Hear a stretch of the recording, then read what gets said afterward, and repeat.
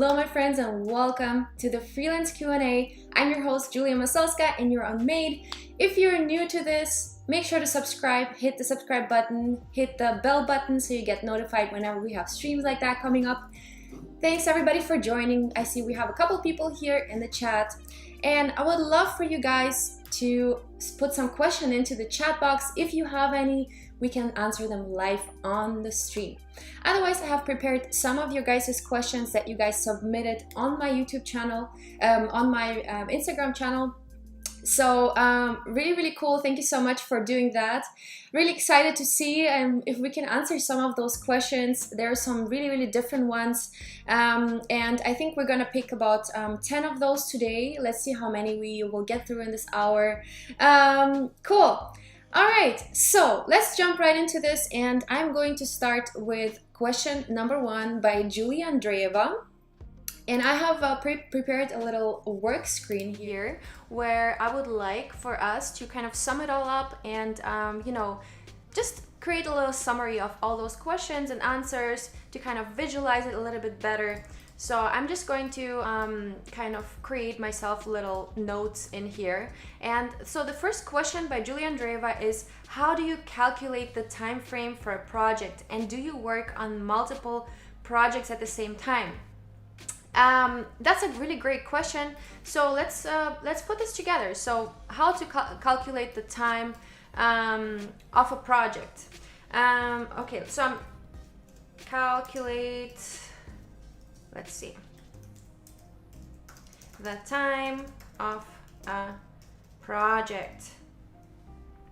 I'm going to make this real large here so we can see what is going on. And of course, I'm going to make this white.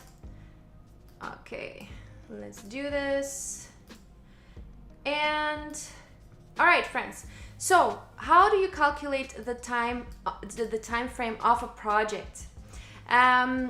I think for you, once you kind of start freelancing, you will figure out after some time how long it will take you to do a certain thing. So let's say it's a project that has to do with social media.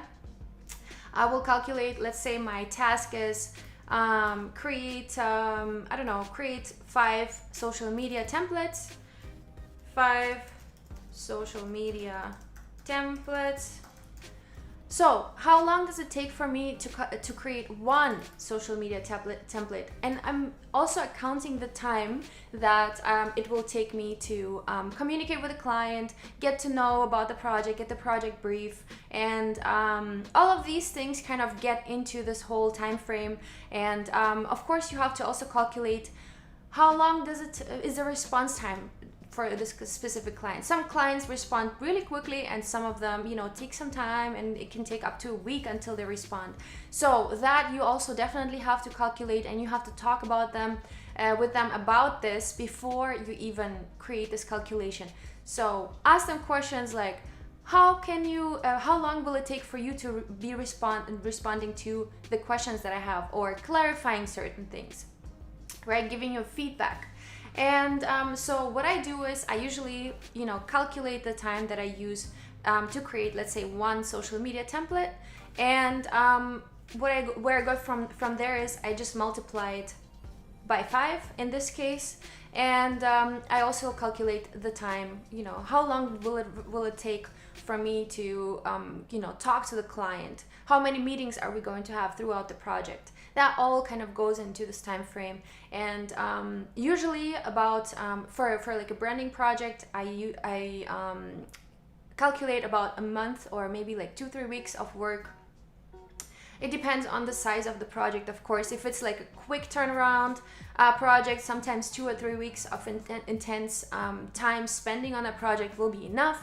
Hi, Design with Ferg. Hi, Fergie. Good to see you. Let me know, guys, where you're tuning in from. We're doing a live Q&A session right now. We're talking about different questions that you guys submitted through my Instagram. So feel free also to shoot some questions into the chat box, and we're going to make sure to answer those. So calculating the time of a project, I would say what goes into this is the time to communicate with client, time for meetings, I would call that. Then we will have also time creating the concept, and it also depends.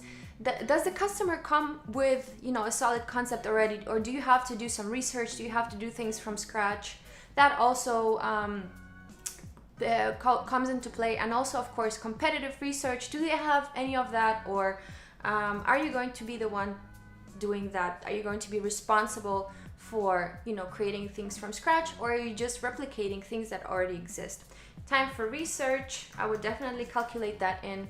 Then time for feedback,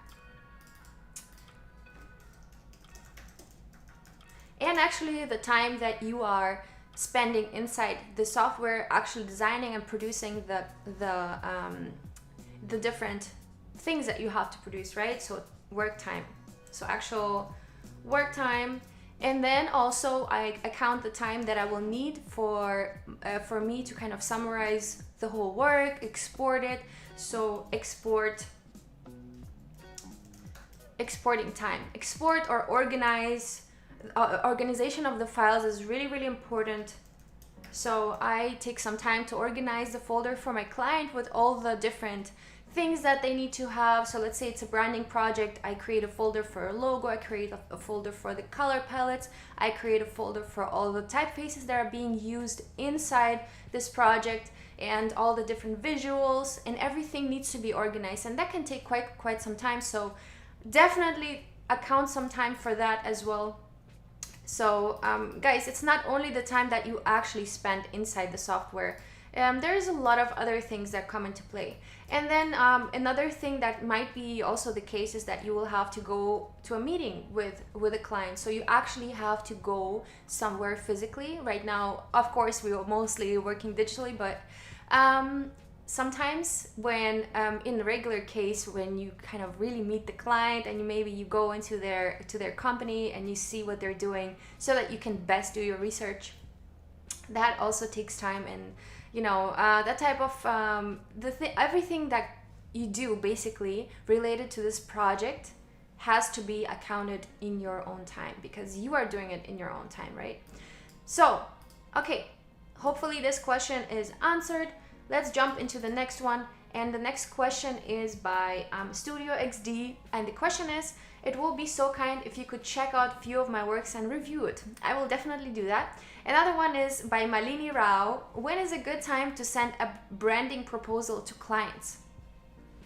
Branding proposal is something that I usually do after we kind of already finalize the cost of the project and everything. So let's write this down. When is a good time to send out a branding proposal?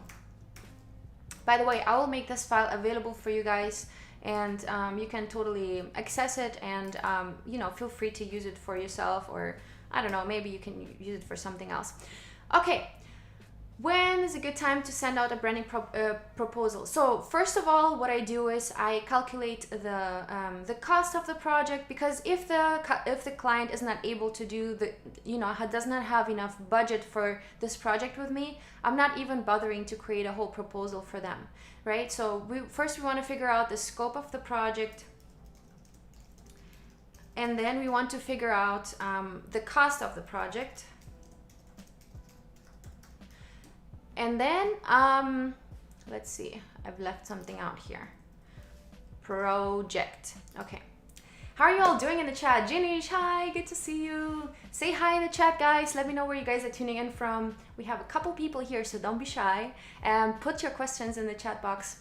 Cool. So, in the first call, I'm always trying to see if we are the right fit, and we're determining the scope of the project. Then usually the follow-up from my side is the cost of the project. So I will tell the client, hey, you know what, this is going to be the cost of this, and if they agree to that, they sign the contract. I'm sending them a whole proposal where it says exactly what I'll be doing, and they will have to sign this contract, basically including the whole scope of the work and the whole cost and everything. It is part of the contract. So this is the time to kind of share the whole brief and the whole the proposal itself.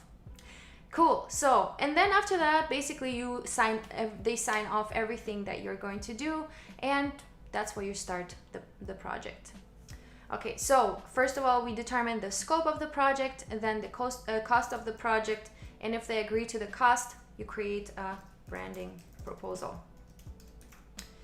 Cool. Hopefully this question is answered, and yeah, pretty much in the beginning of the whole communication with the client, but first the cost, of course, because you want to know, is the client actually going to be able to work with me or not?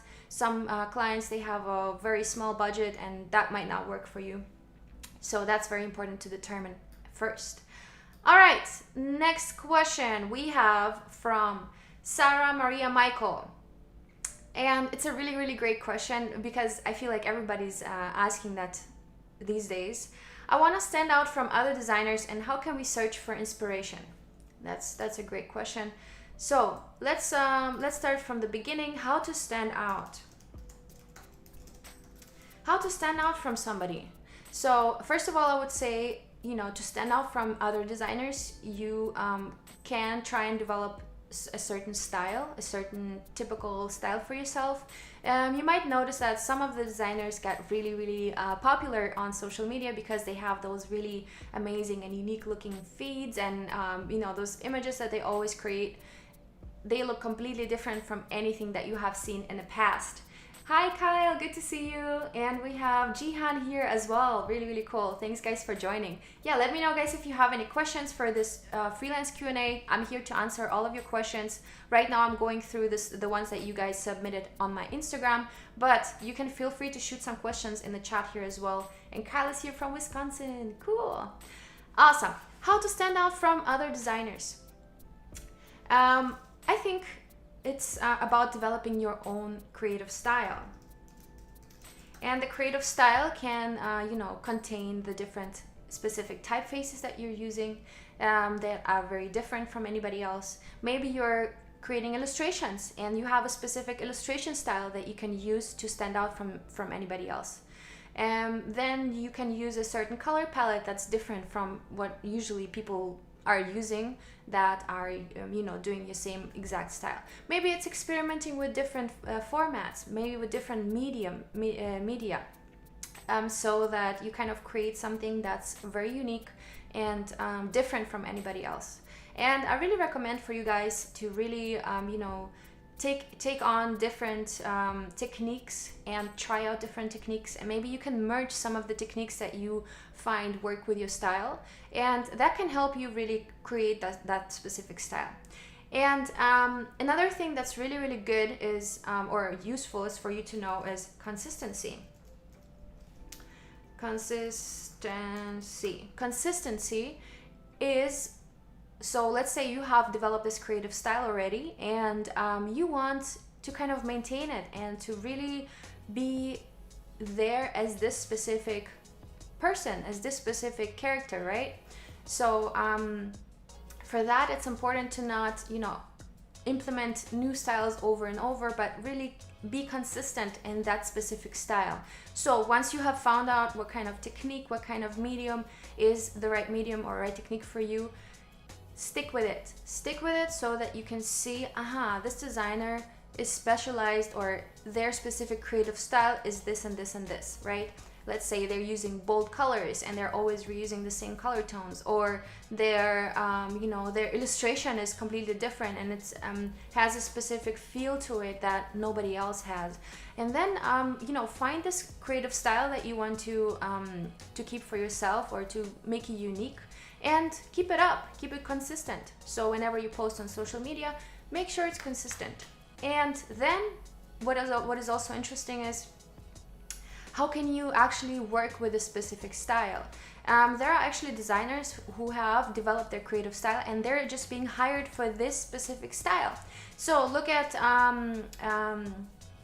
some of the illustrators that we have these days who became famous and are working with big brands now because they have this specific style, or certain lettering artists, or people, let's say there are some online accounts where you can see people are doing something very specific. Let's say build something out of Legos, and every single time they're creating something, it has to do with that. Or make something out of, I don't know, balloons.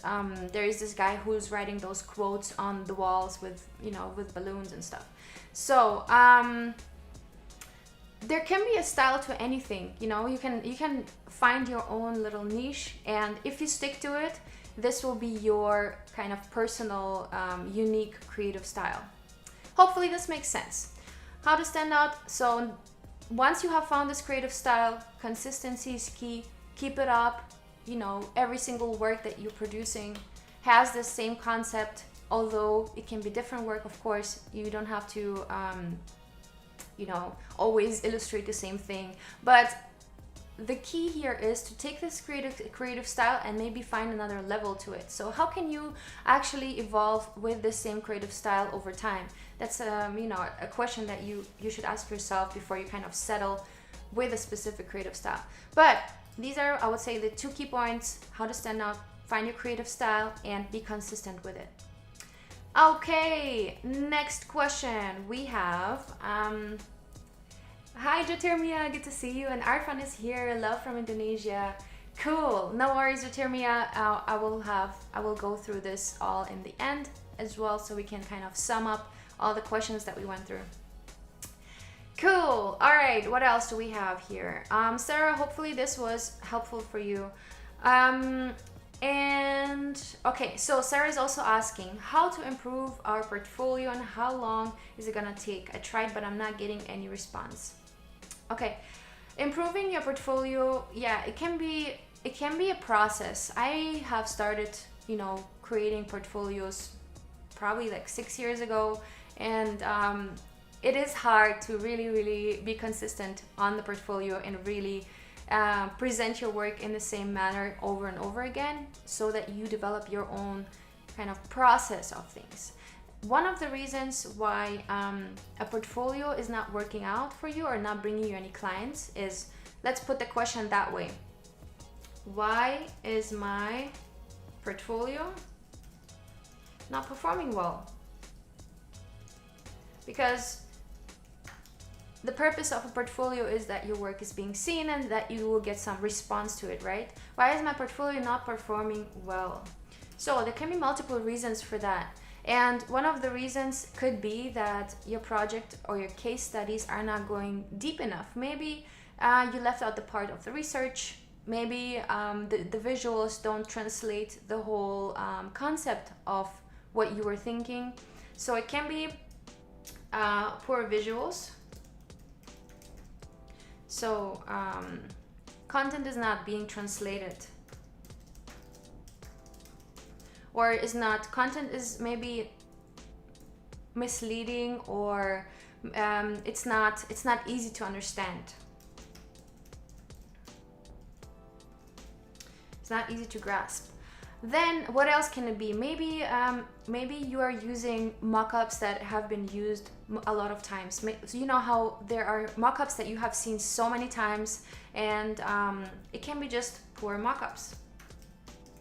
So I would work on my mockups and make sure that all my mockups are consistent, and that I see so often in my portfolio reviews that sometimes people are just reusing the mockups that have been used so many times, and mockups have to be color consistent. So if you are, you know, if you have created this very elegant brand, and then suddenly one of the mockups is super colorful and does not match none of what you've seen before, it doesn't really, you know, make sense. So it needs to make sense. It needs to have a you know, an order.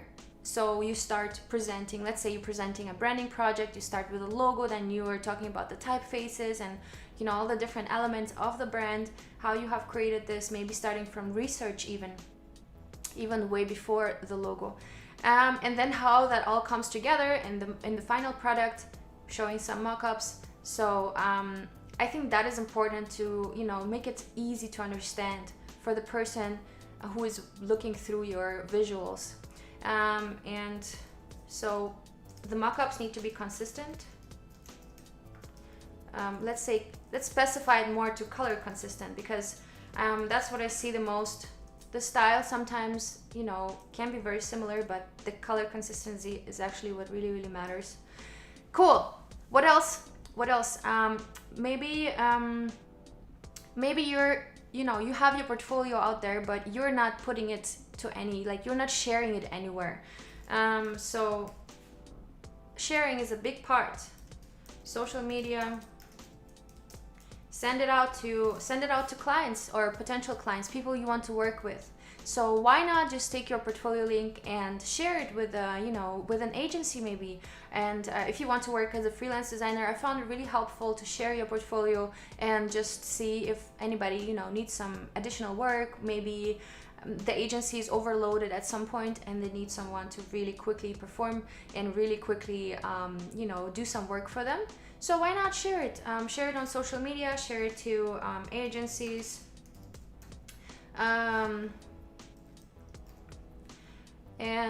Yeah. And another thing that I found is that the portfolio needs to attract a certain kind of client, or the best portfolio is very specialized in a certain type of field. So let's say your portfolio is showing illustration, photography, branding, packaging, and I don't know, social media. It's a lot of different fields, right? So it doesn't show that you're specialized in something. So the best portfolio shows, let's say, 5 projects, only packaging design. And the client will know, hey, this person is serious about packaging design. They have a lot of experience, they're specialized, they know what they're doing, right? So specialize in a field, in a certain field. It's always great to show a portfolio that specialize. Okay. It's always great to show a portfolio that specializes in something, because then the client actually sees, you know, your specific field that you're interested in. You also need to attract the clients that you want with your portfolio, right? So you need to target the portfolio towards a certain clientele. Target, right? Target audience. So you're deciding who you want to attract with your portfolio. Let's say you're doing illustration work, you're doing UX UI, you're doing branding, you're doing packaging. What do you want to do of that all? Like, what's the field that you want to specialize in and that you want to attract clients from? Or do you want to attract freelance clients versus I don't know, applying for a university, or applying for there's different things you can do with a portfolio, right? You can just show off your work to just have fun. I know a lot of designers who are actually having a full-time job and doing UI UX, and then they're doing some illustration on the side because they just do it for fun. So if you do it for fun is completely another topic. But if you really want to attract certain freelance clients, then you need to specialize in a certain field. So did you guys ever have experience in attracting a certain type of clients? Or let me know in the chat. Cool. All right, so again, to sum it all up, why is my portfolio not performing well, or what can I work on in my portfolio? It can be specializing in field, target the audience for your portfolio, think about the experience, think about the person who is looking through your portfolio. Maybe you need to really specialize your projects, or filter out older projects. Filter out the projects that you don't want to work for. So let's say you don't want to do illustration in your future. Kick out those projects from your portfolio. Share them somewhere else. But specialize in a certain thing and target your audience right.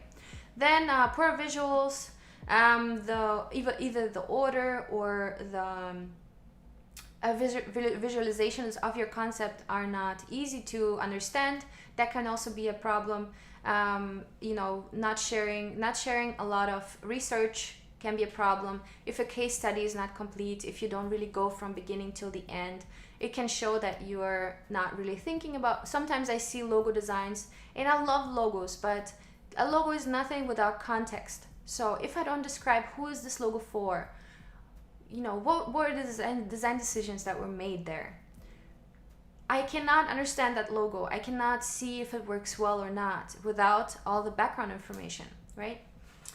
Cool. So that's poor visuals can be a thing, not easy to grasp the content, poor mockups, color inconsistency. That's a big thing. Let's put it like this: color inconsistency, because this is what it really is. Then not sharing. You weren't sharing your portfolio anywhere. So how people are going to find your portfolio if you're not sharing anywhere? Put it up to portfolio reviews on somebody's YouTube channel like mine.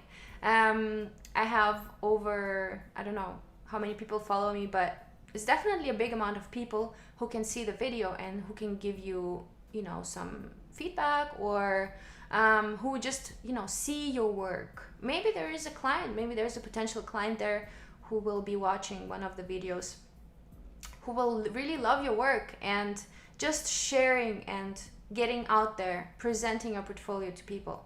This is important, right?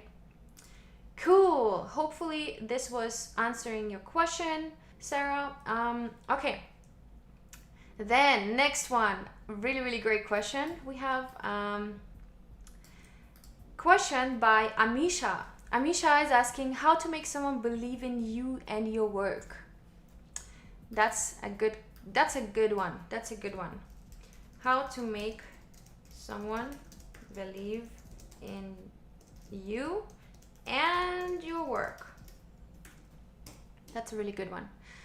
Okay, so first of all, you have to start from yourself, right? You need to understand about your abilities, what you can do. Try to understand how far you can go. What is a feasible amount of work for you? What is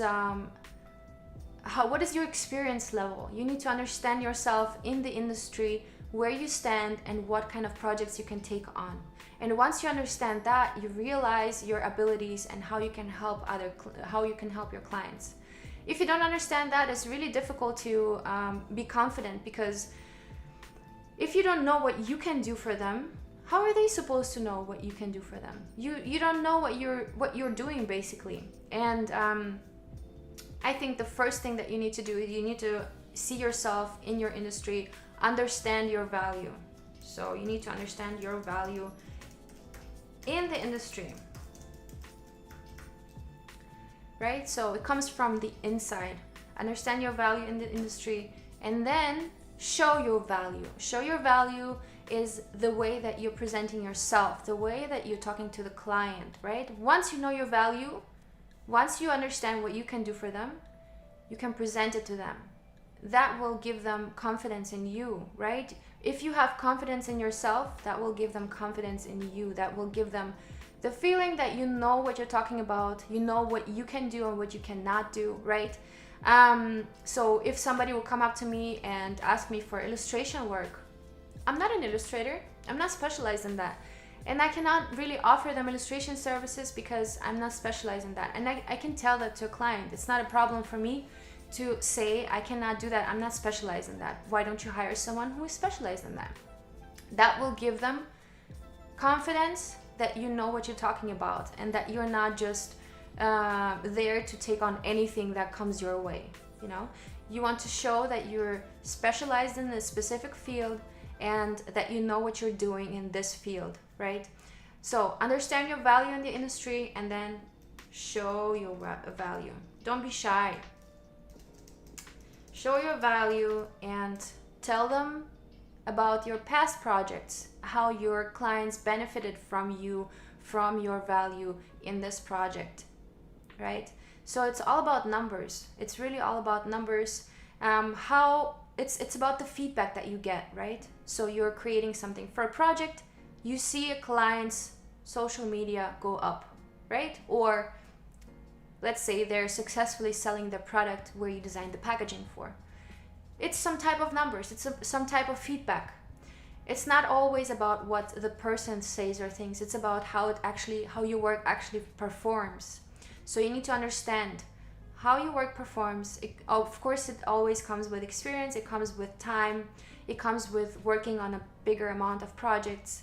This confidence in yourself, it will always go up once you see your work actually being, being a valuable work for the client and for the consumer who is consuming this product, right? You need to show your value after this. You need to be able to put it in words, how you can benefit. Tell the client how they can benefit from you. Because that's all they want. They don't want they don't want you to have the benefit. They want the benefit themselves because they're paying you for your work. Your benefit is that you're doing what you love and that you're getting paid for it, right? Their benefit is the money that they will make from this product once it's done, right? Tell the client how they can benefit from your work. This is important. Tell the client how they can benefit. If they don't know how they can benefit from your work, doesn't make sense, right? Cool. All right. And whatever you do, I feel like what also makes things easier for yourself to appear confident and to really be able to answer questions is planning. So planning, I think, is a big thing. Let me put this in caps, because if you don't plan what you're going to say along the way, how you're going to react to some of their feedback or to some of their questions, you will have to sit there and think about that, while you should actually already planned it out. You should already have the answer to all of their questions, right? Planning. Plan meetings. Let me actually put this in lowercase. How are you guys doing this? How are you guys staying confident? What helps you? Let me know in the chat. Jeremy is saying that's really useful advice. Thank you so much. Cool. Plan out the meetings. Planning meetings, answers for to any type of questions they could put, right? Especially if you're a beginner, make sure to think about what kind of questions they can ask you during this meeting or during this, intro session where they're just meeting you as a designer. You will need to know your process, right? So what is next? What is your process of designing a branding with a client? What kind of collaboration is there? You need to plan all of that out. You need to know all the answers, and that will make you appear more confident because you know what you're doing. You know the exact steps. You're a rational thinker, and you can put it all into words how you're going to collaborate with a client. And you can also let them know that they will have feedback. You're not only working from your own output, you're working from their inputs, right? So you want to know what they think, you want to know about the company, you want to get all of their information and put that into this project, right? So you need to make sure when you're talking to a client that they get the confidence that they will get the decision making during the process, so that you're designing for them and for their clients and not for yourself, right? That's, I feel like, the most important part is that everything that you design has their back, right? Planning meetings, answers. Planning was one point, and then being transparent is what I was just mentioning. Being transparent about your workflow, about your communication, about your decision making, about the next steps in the project, right? Being transparent is really important so that the client really kind of is able to give you the trust that they need to get for somebody that they're paying for the work, right? So you gain your trust with being transparent, with talking about the process, really involving the client into the work, right? And that's how they will believe in you and your work. Now, there is another side of this, to this question. Believe in you and your work in relationship to a client is maybe a little bit different than to a parent. So if you're talking about how do I make my parents believe in me and my work, right? It's a different question. It's more of a personal question. And there I would say be consistent and be persistent.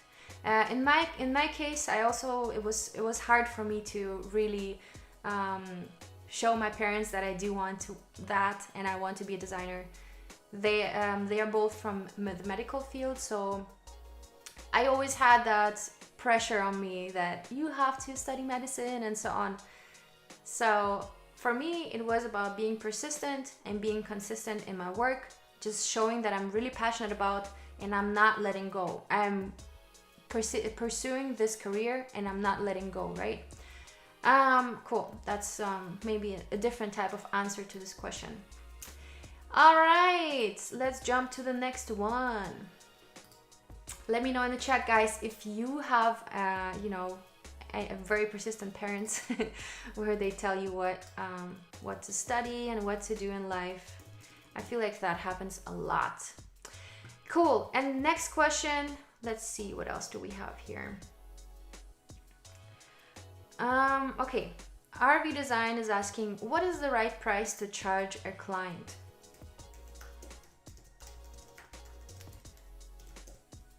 What is the right price to charge? And I would say the answer to this is very complicated, it's complex, because there's certain factors that play into this. So first of all, you need to find out the scope of work. So what exactly does the client want you to do? Define it. Let's say it's 5 social media templates and 1 logo and this and this and this. Or let's say it's a branding concept and packaging concept. You will need to know the scope of work. Then it all depends on their location. Where is the client located? The location plays a very important role because the budgets in different countries are very relative and depend on the location. Because while here in the US you might charge maybe 3,000 or 4,000 for bigger projects like that, I don't know, back in India you probably charge only $500. So it's really difficult to say,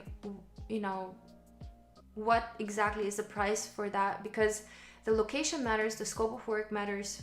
Of course, the scope of work is the first thing that you need to find to really be able to define the price. The location matters because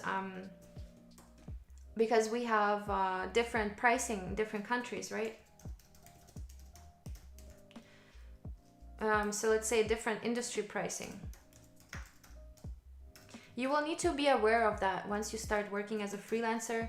You need to be aware who you're working for and where they are located, what is their budget. Maybe you'll get the chance to be in a location where people don't have a lot of money, but you can work for a different country where they have more money, and that way you can make more money for yourself doing the same work. But that also brings in the cultural aspect. So whenever you design for a different country, you definitely need to know their culture, and you need to be confident that you can actually design and perform well for their expectations, right? So that's a different thing. But different industry pricing, you will need to figure out what is the industry pricing where the client is located. What are they expecting this project to be? What can it be? How far can you go in charging them, right? So different industry pricing. Then you also take into account their efforts. So how easy are they to work with, right?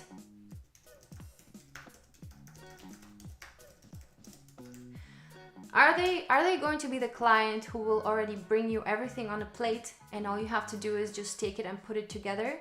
Or are they going to make you collect those pieces from different places and create your own plate, right? So how easy is this client to work with? Are they going to have a lot of feedback, a lot of people who are working in the team who will be mixing up the whole salad all the time? Is it going to be hard to work with them? Is it going to be, is it going to be just one person who's a decision maker, right?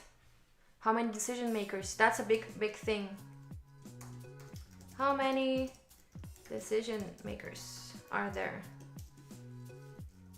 Right? That's a good thing to look after. Always ask who is the decision maker, what's the role of the person that you're talking to, and how is the process going to be in collaborating with them, right? Is it going to be a whole team that's going to be looking through your design, and then you're going to get the feedback, and how many rounds of feedback is it going to be, right? Okay, that's also another one. How many rounds of feedback? And that also includes not only getting the feedback, but also adjusting the whole work. The whole scope of work needs to be edited once you get the feedback in, right? So you have to adjust the whole design towards that feedback. How many rounds of feedback? Very important question, right? Hi Anubhav, how to create our own mockups like CGH Saji, how we do. I'm not sure exactly who that is, but we can look it up. Let's finish this question and then we can get into that. Okay, different industry pricing, how easy are they to work with? How many rounds of feedback is this project going to have? And also your experience level. So if you are working as a designer since 1 year, you charge obviously way less than you charge if you have an experience of 10 years. And your value basically goes up and up and up, and you charge the client always more and more and more per hour, right? If you're working on hourly rates, I usually don't. I usually work on project basis, but I do account how many hours I work on a project, and I basically put myself a price to each of the hour that I spend time on the project. That helps me calculate the pricing, right? Then your experience level, very important, gives you different levels of experience and of course of pay. And as a freelancer, you're paying yourself, right? You are your own boss, your own employer, basically. So you need to pay yourself as well. You need to pay yourself a certain salary. And so how much are you going to charge per hour for yourself? It's just excluding everything, all the other aspects of this calculation, right? Your experience level. Then do not forget to account the taxes, because taxes are really important, and sometimes we don't think about that as freelance designer, but they are really, really, really important. Then another aspect to this is another kind of flexible thing that can change is we've got taxes. How long have you been working with this company? Is it only a one-time project, or are they going to come back to you all the time? What's the regularity of this project? So let's say a client wants to work with you for a whole year on, let's say, his social media assets, and you obviously charge them differently than working with only one client on one social media project, short one. So I would say there it depends on, is the client a recurrent client, right? So here I would say collaboration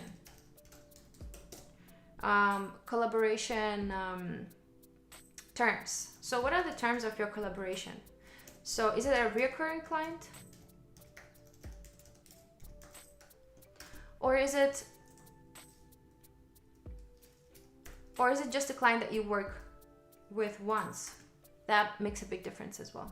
So all of these aspects, I would say, play a role, right? So how many people you're working with, what's the location of the project, what's your experience level, account the taxes, what are the collaboration terms, is it a recurring client or a client that you only work with once? Most importantly, what's the scope of work? What exactly are you supposed to do, right?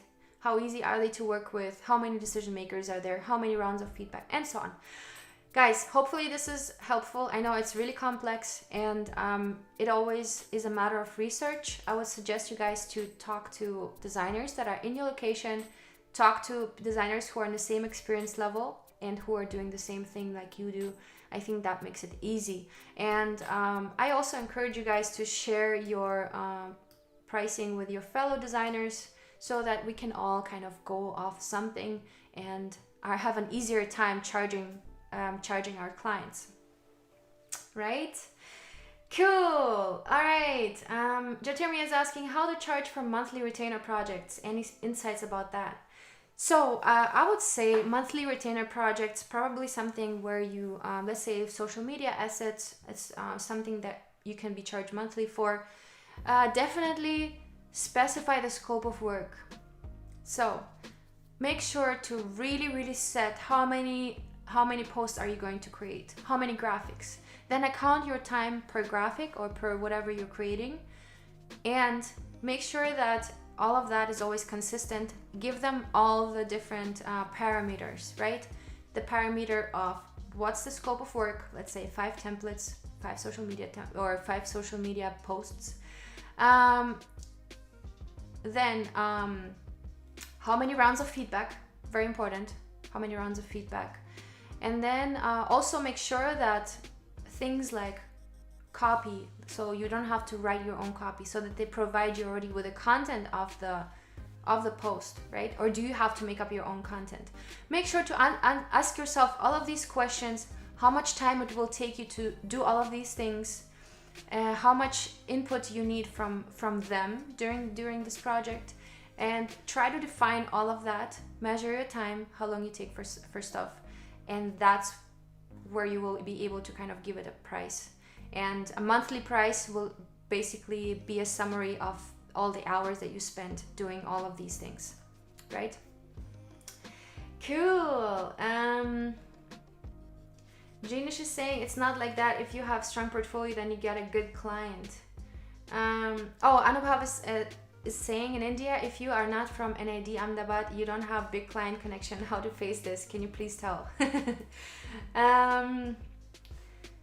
Well, it's about you. How good of a designer are you? If you are an experienced designer and you're producing great work, and I have seen some of designers who are not from NID Ahmedabad and they have an amazing portfolio and they're really experimental and creative and they're creating unique work, they are super successful across, like, worldwide.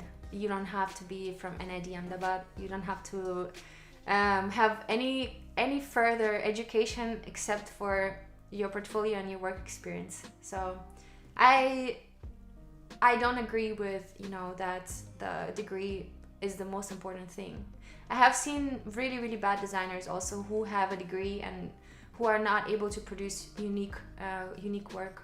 So I don't think an education says a lot about you as a designer, but it of course can be a good stepping stone. Let's say you're applying to a full-time job.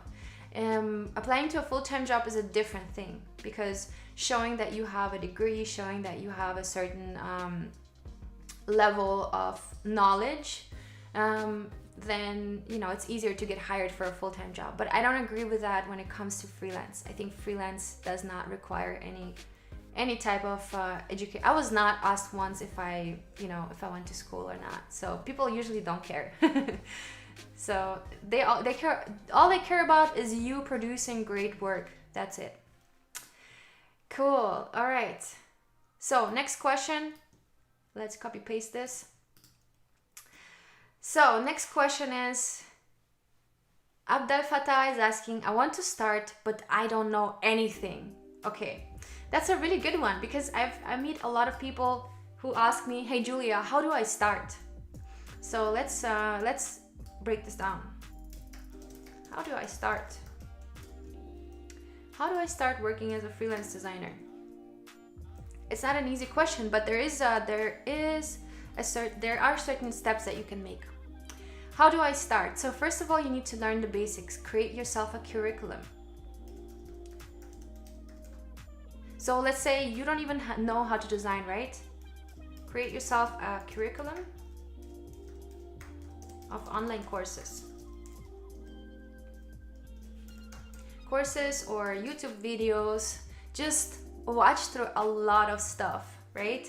That's what I did as well. I used to watch a lot of Chris Doe's videos. I used to watch a bunch of other amazing designers who are on YouTube as well. I've used to watch a lot of Skillshare classes. I'll share all of that with you guys. Create yourself a curriculum of online courses or YouTube videos or just videos, right? And combine that with exercise.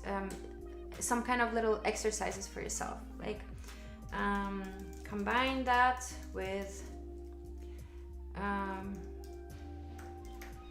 exercises. There are some really great platforms for that, and one of them is Adobe Live. It's on be.net/live. This is where you can learn most of the Adobe software. It's really great resource. Then I recommend you watching The Future on YouTube. It's with Chris Do, and he's just really amazing educator. And there is a lot of very valuable content, very specific to freelance design, and that is really good stuff. So, okay, let's make this a little bit smaller because I don't want to waste the whole space here. Just putting in the links. All right, so we have create yourself a curriculum of online courses and videos, combine that with exercises, some kind of practical things that you do while you're learning, because you can't learn without actually practicing, right? So practice. Practice while designing. All right, I'm gonna go back to 72. All right, so what else? We can, once we are learning the design part, once we have created ourselves a curriculum, we went through all of the curriculum from the basics, color theory, how to combine typefaces, how all of that stuff. It can take up to a year, I would say, to go through all of that stuff. But then you really get some, good valued content, and you get some really good idea of how things work, how to design. So then you start practicing way more, right? Watch be.net/live, Adobe Live, where you learn all the software. Watch, do some daily creative challenges. Do some challenges for yourself. Let's say 30 days of type. 30 days of type is an amazing challenge, or comparable challenges. 30 days of type is a challenge where you design something every single day, and that is really helpful if you really sit down and create something small every single day. I don't know if you guys have seen Baugasm. Baugasm started off with a series of poster series. So he was sitting down every single day creating one poster a day, right? It's nothing crazy. A poster will probably take you an hour maybe. In the beginning, it'll probably take you longer than that. But once you get better at it, you'll get faster and faster and faster. And once you have done 30 or 60 days of that, you'll be able to create a poster in maybe like 5 to 10 minutes. You'll be really fast at it. You'll become really good at what you're doing, right? So let me make this a little bit smaller, bigger. So create some challenges for yourself. Create some challenges for yourself. Just, practice every single day. If it's half an hour, it doesn't matter. Set yourself a certain time limit. Really sit down in the software that you want to work with, Illustrator, Photoshop, XD, whatever you want to learn, and practice, right? Again, we have practice. Now, let's push this up a little bit. Now, what else? How do you kind of actually start working as a freelancer, right? So what you have to do there is you have to create a portfolio. So let's go back to 72. Create a portfolio or some kind of social media presence or an online presence, let's say. Let's say you have worked on some projects. Let's say you did a poster a day for 60 days. Why not put it on social media, right? You can create yourself a page. You can, maybe give it some kind of context so that all posters are matching and, have the same kind of color concept or typeface concept. So that can be one exercise, and then you can put those into a portfolio and you can start working on case studies. So a full-on project where you give yourself a brief, and the brief basically is an example. And there are some great sites here. I know there are great sites where you can get a random brief. So let's actually look for one. Why not? Random design brief creator. So that can help you. Good brief. Yeah, I think that's one of it. So a brief is basically a certain company name, the description, job description, what you have to do for this company. It's basically like a real world experience, except you're designing an exercise for yourself. And you're creating this project, and here you can determine, so this site is called goodbrief.io, Command and C. I'm going to copy it and paste it into the chat so you guys can take a look at that. It's a really great site where you can randomly generate yourself briefs. And here we have deadline in 4 days. So you'll have to create all of that. That's just in the job description. And you have 4 days for that. And here you can determine the industry, and you can practice with that. So let's say you want to work for technology, or you want to work for fashion, right? So let's say you want to work for fashion. You can click industry fashion, and you get the company name, you get the company description, job description, and you have 1 week for that. So now sit down and pretend that you actually are working on a client project. Pretend that you are actually, working on something real. Once you get your knowledge of all the things that you've learned, you can start practicing doing those type of projects. And the good thing there is that you can really determine certain field that you like. So let's say you really enjoy creating designs for the fashion industry. Here you will learn that you really enjoy doing that. And once you learn that, you know that you're going to build up your portfolio out of projects that have to do with fashion. So then take that type of program and work through a whole case study on like 4 to 5 projects and put them on Behance. Put them on the Behance portfolio. So let's take a quick look how that could look like. Let's go on to be.net or just be.net. So behance.net, it's a site where you can create custom portfolio, where you can create a portfolio for yourself. It's free, right? It's free for you to use. And so this person has created a Gloria branding here, it seems like.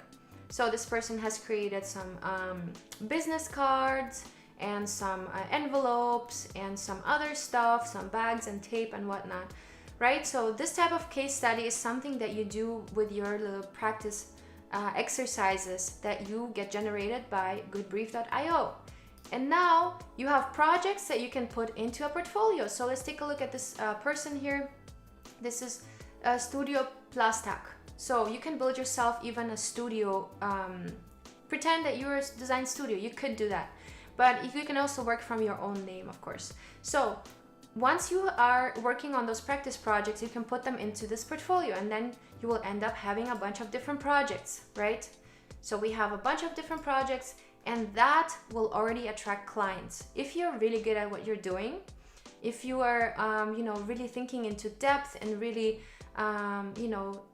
really thinking into depth when you're designing something, and design something that's that will attract the right clients, but it's a little bit unique, things that you might not actually see out there. Once you do your research, you will figure out what things are, very typical designs, and learn to stand out from that, learn to do something different, maybe use a color palette that you haven't seen a lot, or use typeface combinations that you haven't seen a lot. That will make your work unique, that will make it stand out. Right, but first practice with those exercises and create yourself a portfolio of projects. And once you have that, you're already kind of getting out there and try to get out and communicate with the community. So what we have here is something really, really cool. If you guys don't know, we have this live section. And in the live section, we have live streams, right? We have live streams, we have a community. I'm also streaming here. And we have a community here, and you can post your designs, you can get feedback, and you can really like connect with the industry, and you will get the industry language as well. It's going to be super easy for you to kind of grasp the whole idea of communicating together as designers. So those are the steps that I recommend. Create a portfolio and online presence, and then approach, select clients. You can start with your family, friends. You can design a branding project once you have, practiced once you have practiced the practice briefs. You can go on to a real world project and start off with family or friends. So let's say maybe a friend of your mom has maybe like a grocery store or a little shop or something like that. Make a design for them. Why not? You don't have to charge them a lot. Maybe they can do something for your family and you can do something for their family. So this is how I have started off. I have started off designing branding for my mom, for my friends. And my friends came more and more to me once they saw that I'm really into the design field. They really came up to me and were like, "Hey, Julia, you know what? I'm a singer and I need a website. I need to put some of my songs on the site, and can you help me with that?" So I would be like, "Okay, I will charge you $100 because you're my friend, but I will make a full-on website for you and I will make it as good as I can," right? So once you have practiced on the, passion projects, you can go and work with friends and family. And once you do that, people will start talking about you, right? They will start telling their friends, "Hey, you know what? Look, my friend made a website for you and for me, and do you want one as well? I can ask them if they can help you out," right? So that's how it starts off, and this is basically the local circle that you have. Another way to work with your local circle is create a Google business account. So let's make this a little bit longer here.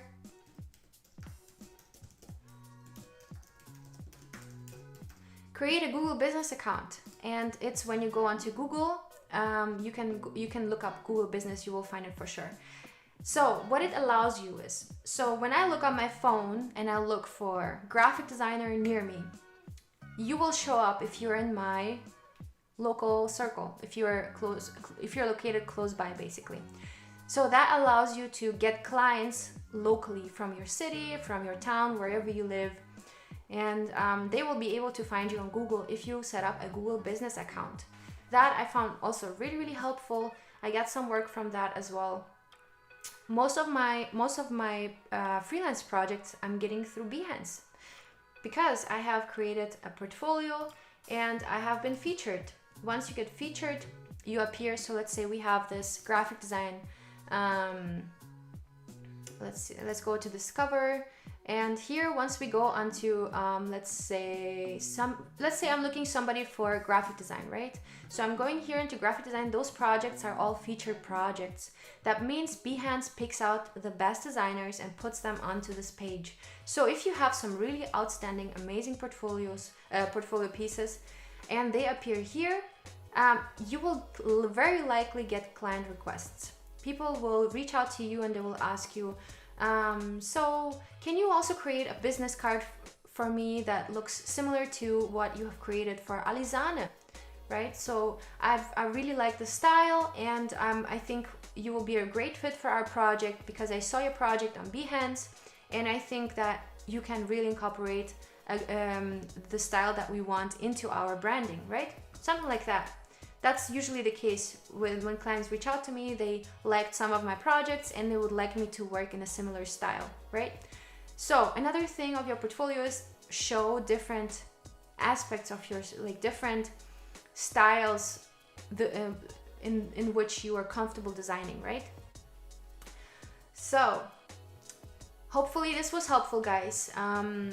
Create yourself a portfolio. I think this is the next step. Create a Google business. Start working with friends and family, and this is how you get started. And do that for another 2 years maybe, really collecting experience, really trying to understand what the client wants from you, and really designing towards their needs, right? But that you will learn, I'm sure you will learn in at least one of the videos of Chris Do on YouTube. Check it out, really, really cool. All right, let's take a look if you guys have any questions in the chat. Muhammad is asking, as a self-taught branding designer, which books or source should I read target to get enough skills that a designer with degree have? Which extra skills design school creates in you? So I think I went to design school, but I didn't go to graphic design school. I went to industrial design school, and the most learnings that I've had from there is, you know, questioning design, questioning objects that surrounds you. Why are certain things designed a certain way? Why do certain things have a certain color? And why why are objects a certain size? So let's say this candle is designed the size so it can fit into a quite small female hand, right? That's the reason why they designed it like that. They didn't design a candle like this because it will be really heavy. It will be difficult to carry it. So recommend start answering those questions for yourself, just looking into the environment. Regarding books, I do have some books that I can recommend you guys. I'm using Audible for my books. I don't like to read, I like to listen. So whenever I can be sketching or doing something on my iPad, and I would listen to an audiobook. There are some really amazing ones. One of them is The Design of Everyday Things. I'm gonna show you guys how that looks like. And it really helps you to understand why things are designed a certain way. Everyday Things. The Design of Everyday Things by Donald A. Norman. And this is what it looks like. This is a really, really amazing book, and I've learned so much from it. I'm trying to show you guys an image of it a little bit bigger. So this is what it looks like. The Design of Everyday Things by Don Norman. I've listened to that on Audible.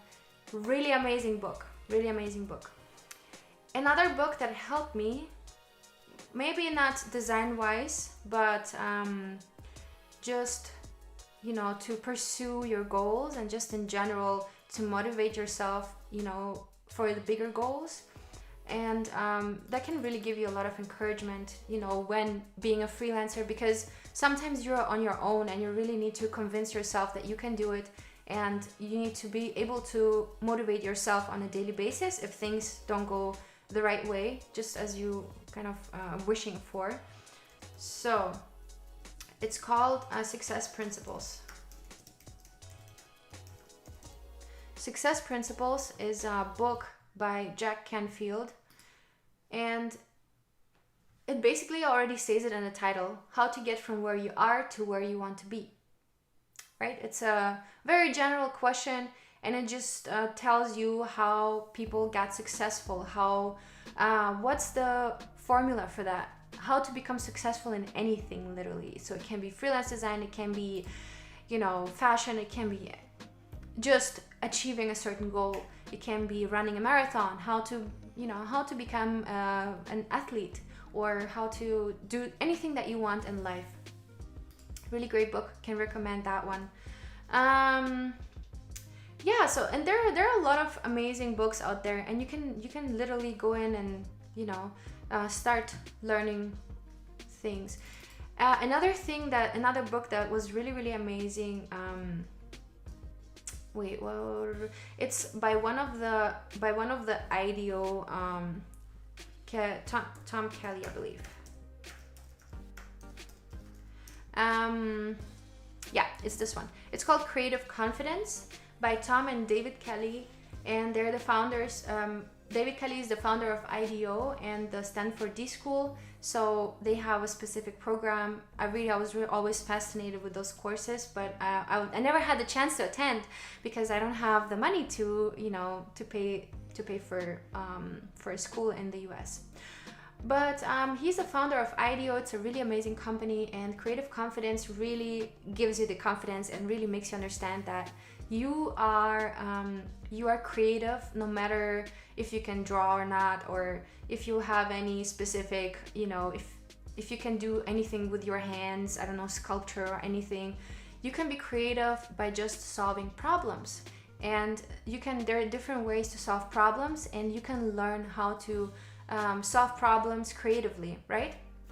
So this is what this book is all about, just to show you that literally anybody can be a designer just by really trying to solve a problem. Really love this book, can really recommend you guys if you're new to design and if you really want to get some confidence in yourself and use your skill set to solve problems creatively. Cool. Muhammad is saying noted things. Anubhav is saying, I'm really facing problem with typography and color theory. Can you recommend any website for learning these? Typography and color theory. There is a site for typography. It's called TypeWolf, I believe .com. Let's see. So TypeWolf is showing you different typefaces, and then you can go here onto lookbooks and font recommendations and lists.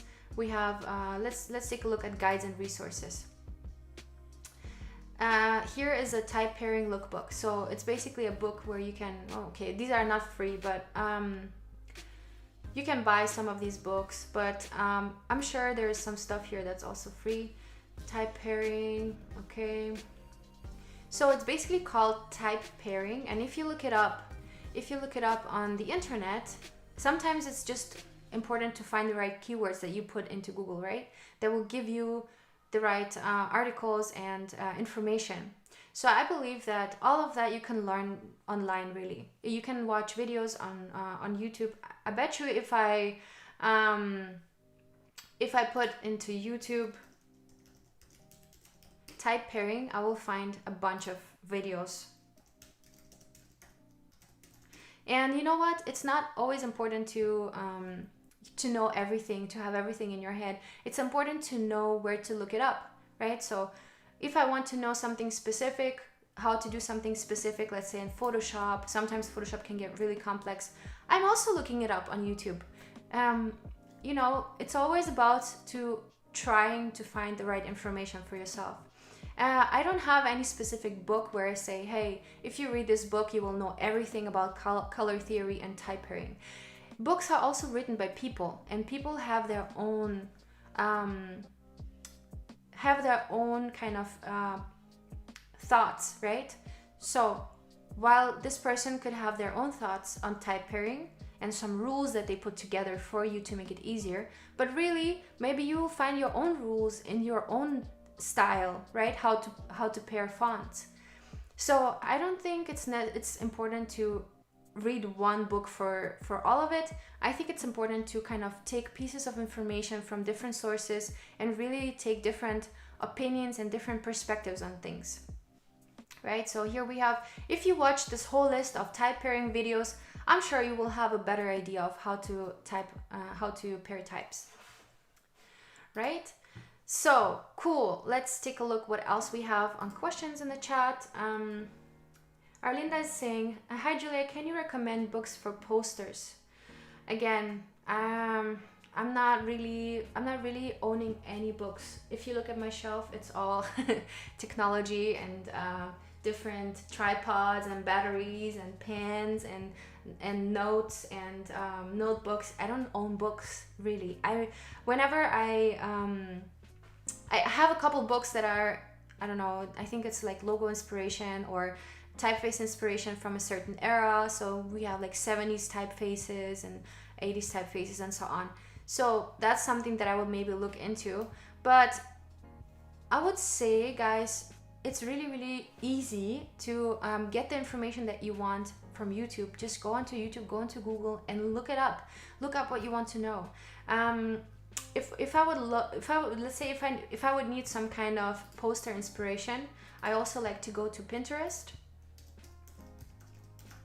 I go into Pinterest.com and I will be, let's say, typographic poster.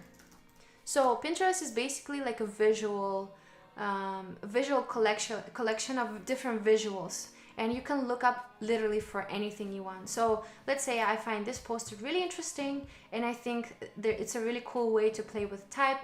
I'm clicking on that and I will get some more stuff that has to do that's similar to that. So we will get some waviness here combined with typefaces, and we get stuff like this where I'm like, oh, this is cool.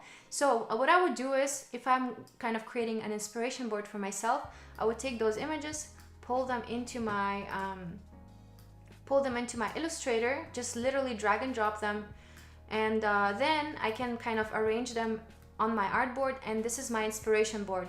And then I'll be like, okay, cool, so I really love this color, and I really love how they're working with the gradient, and I really love how this looks like as if something, you know, is pushing through a certain fabric or something. So I will take a look at all of these concepts. I will take a look at the typefaces that they're using, and I will combine the concepts and create something new out of this, something unique, but you know, getting the inspiration kind of like that. Just looking at the concept of things. I would not go in and repeat the exact same design. I would not do that, because that would be just copying the artwork, right? What I would do is I would look how they're using gradients. I would be like, oh, this is cool, so maybe I can use a gradient in my poster.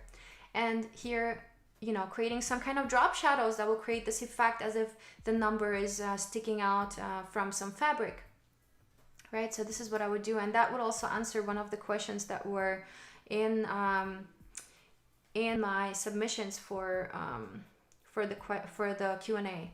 So guys, whenever you take inspiration, don't take just one source.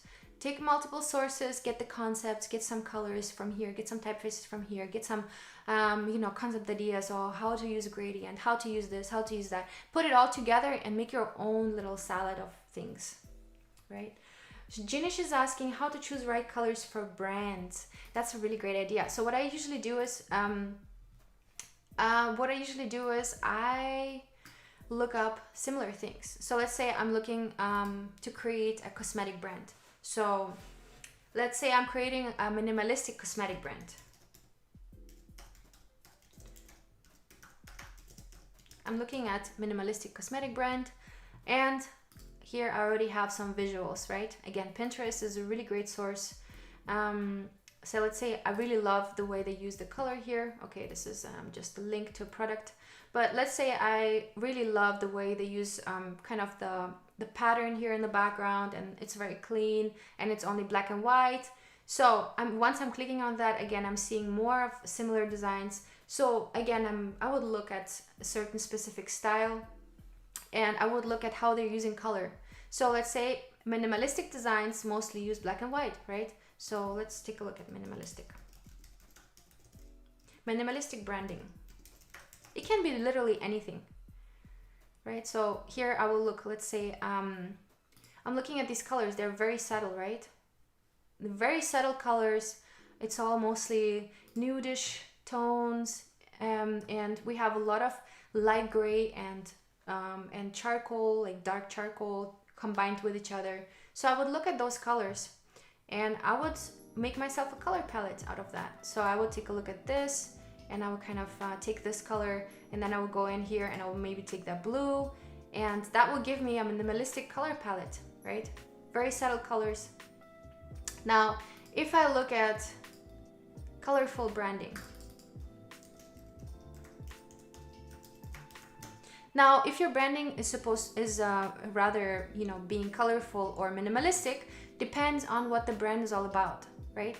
If the brand that you're designing for, if they want to appeal happy and friendly, using bright colors like this, it makes sense because you want to create something colorful, something friendly, right?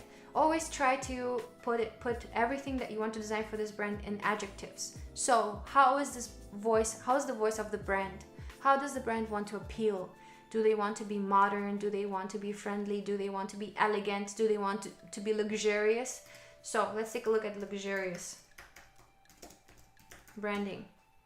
Luxurious brand will always have some kind of sense, some kind of serif and really subtle colors. So something like this, maybe, you know, very subtle colors, some from the natural side of the color palette. Then we will have some kind of combination of, you know, of like a very elegant typeface, and then we'll have the initials kind of framed, and We have these type of things, a lot of framing where we work with some kind of shape to put the initials in it, and some flowy typefaces combined with minimalistic sans serifs or serifs, you know. Everything's very clean, and it kind of gives this feel because of the combination of the different aspects that I hear, right?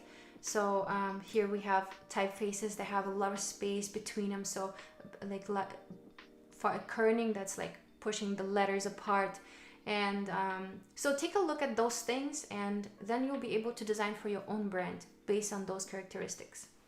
All right, cool. All right, how can I be inspired by other designers without copying them? Yeah, I think we kind of already answered the question. So what I do is I simply look for certain concepts. So let's say my brand is very dreamy.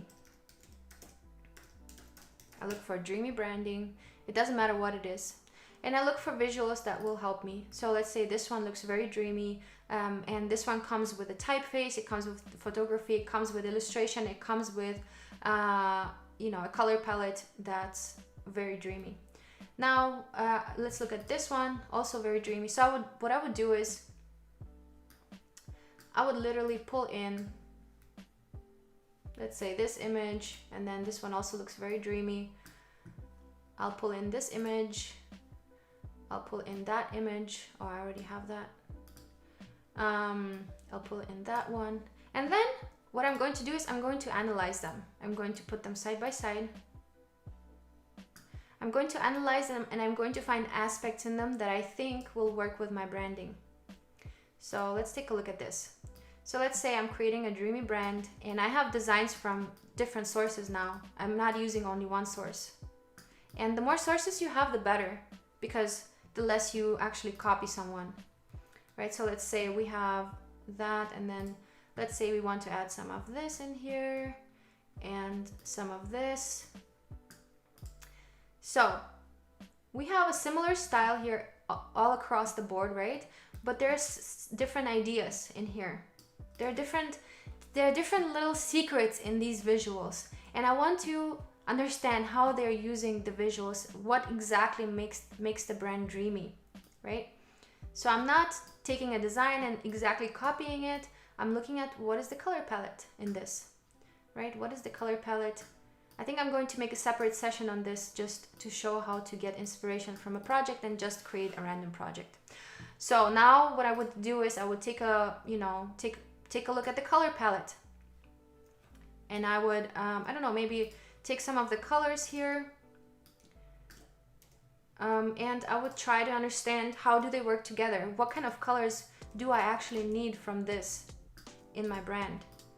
And they're all different sources, so it will never look exactly the same like anything from here, right? But I do have a color palette now that matches the specific style, right? So I do have a color palette that's inspired by this work, but it's not literally copying any type of design. I did not go in here and take this color palette, or I did not go in here and take this color palette, and I did not do none of that, right? All I did was I was just trying to take some colors from the different images that I have here provided, and they're all a mixture of different images, right? What you can also do is, let's say you want to create something that looks very, very natural. You can go into nature, take a picture. So let's say you take a picture like this in nature, right, with some grass and stuff. You can grab those colors as well and create a whole color palette just based on that. So really encourage you guys, use different sources, put them together, create a mood board. I call this a mood board. So it gives me the mood. It does not give me a specific design. It gives me a mood of something, right? So how are the colors? How are the typefaces? How is the photography? How are the illustrations? How are the colors being used? Look, here the colors are being used to overlay images. Can I use that for the specific branding that I'm creating, right? So those are all different concepts that you can put together, and you can make your own thing out of that. And this is the best way to not actually copy anything, but at the same time, copy from multiple sources. Cool. All right, Acrylis is saying Adobe Color helps as well. Yeah, I totally agree. Cool. How can I be inspired? We have that already. Anubhav is asking how to get into companies like Adobe. Please tell, do they need always full-time employee or freelancers? Anubhav, honestly, I was just lucky, and somebody just discovered me on Behance. I was never, like, I cannot say that I'm the greatest designer, but it appealed to them. I would be good at educating because I talk a lot, maybe. So they probably saw one of my videos back then, or they saw my Behance portfolio. And I think you are very likely to be getting in touch with if you are already creating similar content to what they're looking for.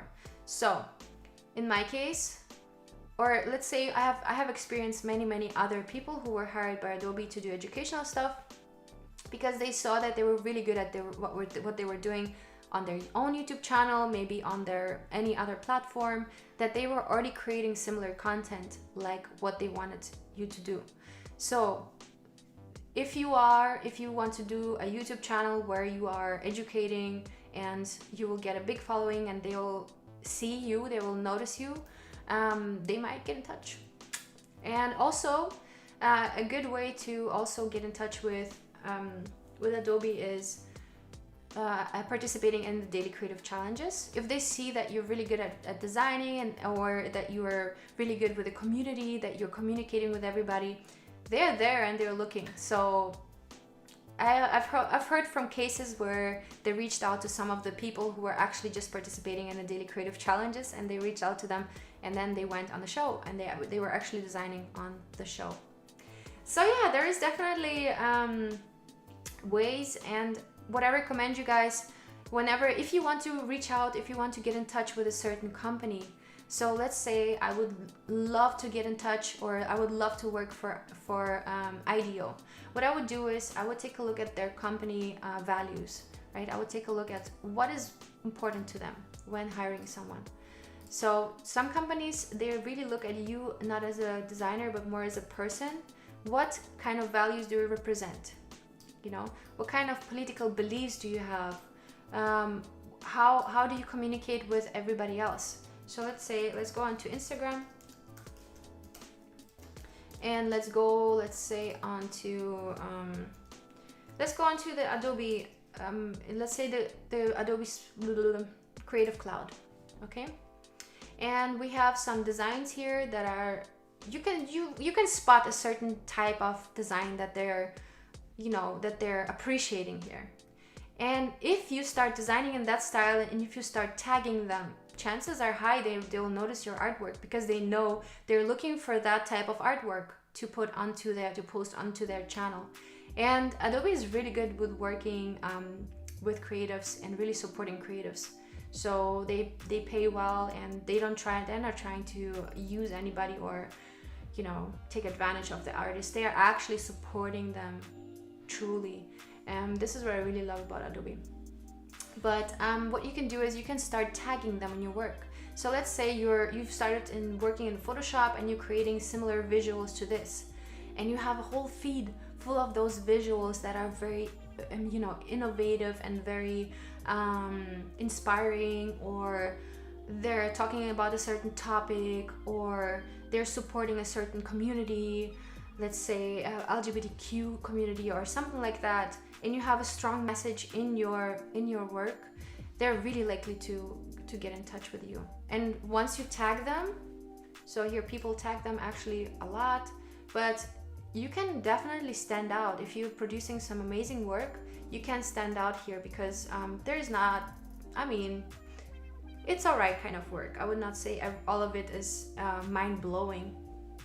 So you can totally stand out here, and you can get their attention by tagging them, putting the hashtags whenever you have something that's in connection to them. Let's say, I don't know, you found a new feature that you really love, and you want to talk about this feature on your Instagram, and you tag them.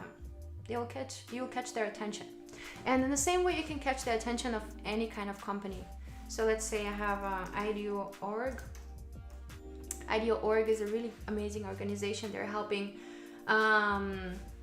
communities with design, basically. So they're solving real world problems with designing and design thinking. So they have certain values, right? So if you're creating a project that helps a certain community, and you're solving this project with design, and you're tagging them, and they see your work, and your work is all about supporting communities, and you will be such a treasure to them, because that's exactly the kind of people that they're looking for. Or let's say you're applying for a job on their site, and they see that your values really match up with their values. Company values are a big thing here in the US, I would say. So it's not only about designing something cool, it's about really the value and the mission statement behind the project that you're creating. Cool. Awesome. All right, guys, hopefully we have some of the questions answered so far. Okay. All right, let me know, guys, if you have any questions. Feel free to shoot them over to my Instagram. I'm on Instagram at Julia Maselska. You can find me here, and we will do more of these sessions, and feel free to shoot questions. I'm making a list, so you can definitely reach out to me with the questions. And good. All right, so I think we had a great session today. Hopefully you guys enjoyed it. Let me know in the comments how you guys liked it. Follow me here at Julia Maselska on Instagram. Definitely really happy to connect with anybody who is interested in design or learning design, or if you guys are new to design software, feel free to reach out. Always happy to help and to support you guys. Otherwise, I'll see you next time. Have a great weekend. Have a great week. The weekend just passed.